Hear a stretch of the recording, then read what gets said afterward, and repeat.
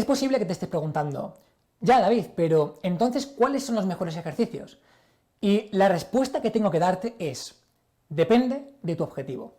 De hecho, justamente para analizar esta cuestión, vamos a ver una pequeña imagen que he preparado, que básicamente lo que representa es, por un lado, diferentes ejercicios muy interesantes a nivel de patrones de fuerza, a nivel de trabajo de cuádriceps, y en segundo lugar, cuáles son más interesantes en función de tu objetivo. Por ejemplo, hemos hecho una clasificación en base a diferentes ejercicios que son muy interesantes, como por ejemplo, típica sentadilla trasera, típica sentadilla frontal, sentadilla tipo sumo, sentadilla haka, Zercher o belt squat, que es básicamente sentadilla con cinturón, que puede hacerse en una máquina similar para ello o simplemente con un cinturón de lastre y cargar peso. Bien, ¿cuáles son más interesantes? Por ejemplo, si lo que buscamos es una fuerza específica para mejorar, por ejemplo, un salto vertical, mejorar, por ejemplo, algún tipo de sprint, algún deporte de contacto, levantar a alguien, si buscamos algún tipo de transferencia más orientada a la fuerza máxima absoluta, evidentemente los dos ejercicios estrella van a ser la sentadilla trasera y la sentadilla frontal. ¿Por qué? Ponte en un caso en concreto. Imagínate que eres una persona que, por ejemplo, busca mejorar su capacidad para levantar peso en powerlifting. Es decir, ser mejor en powerlifting.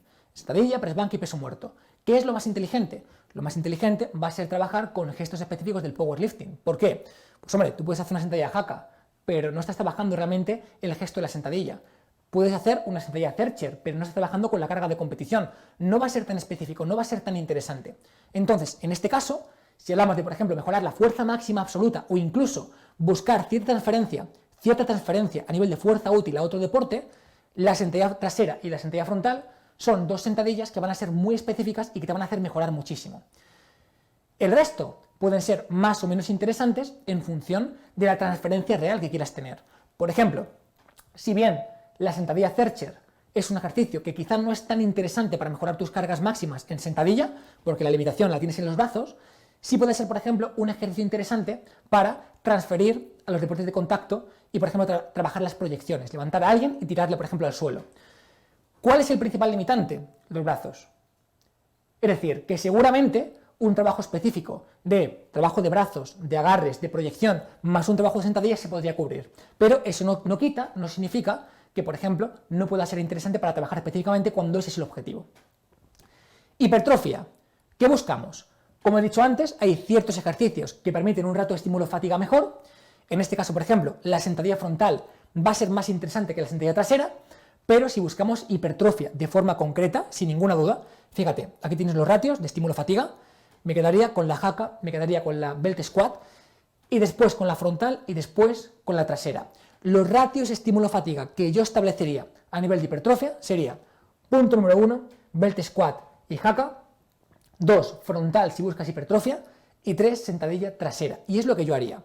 Si buscas rendimiento deportivo, depende mucho de qué tipo de rendimiento deportivo estés buscando, porque lo interesante va a ser siempre el concepto de fuerza útil. La fuerza útil es ser capaz de aplicar más fuerza ante la carga de competición, es decir, ante la carga, digamos, que vas a usar en competición. Entonces, en este caso, pues lo normal será trabajar, por ejemplo, la sentadilla, porque tiene cierta transferencia, es un ejercicio bastante global, sentadilla frontal, o variantes que sean más concretas y que sean más específicas, ¿vale?, en función de lo que estés buscando. ¿Cuál sería, digamos, el rango óptimo de repeticiones que deberíamos trabajar? Va a depender también de tu objetivo, pero sí que es verdad que, por ejemplo, ejercicios como, por ejemplo, el belt squat o, por ejemplo, la sentadilla haka, pues son ejercicios que se prestan bastante a trabajar con repeticiones medias altas, ¿no? Porque al final lo que buscas es ese trabajo concreto y ese estímulo que estás buscando. La sentadilla, por ejemplo, se puede trabajar también a repeticiones altas, pero el principal limitante va a estar en la respiración, en la técnica, en la movilidad, etcétera, etcétera, etcétera. Entonces, he puesto un rango específico de repeticiones, pero que realmente es variable, porque va a depender de tu objetivo y va a depender de tu persona en concreto.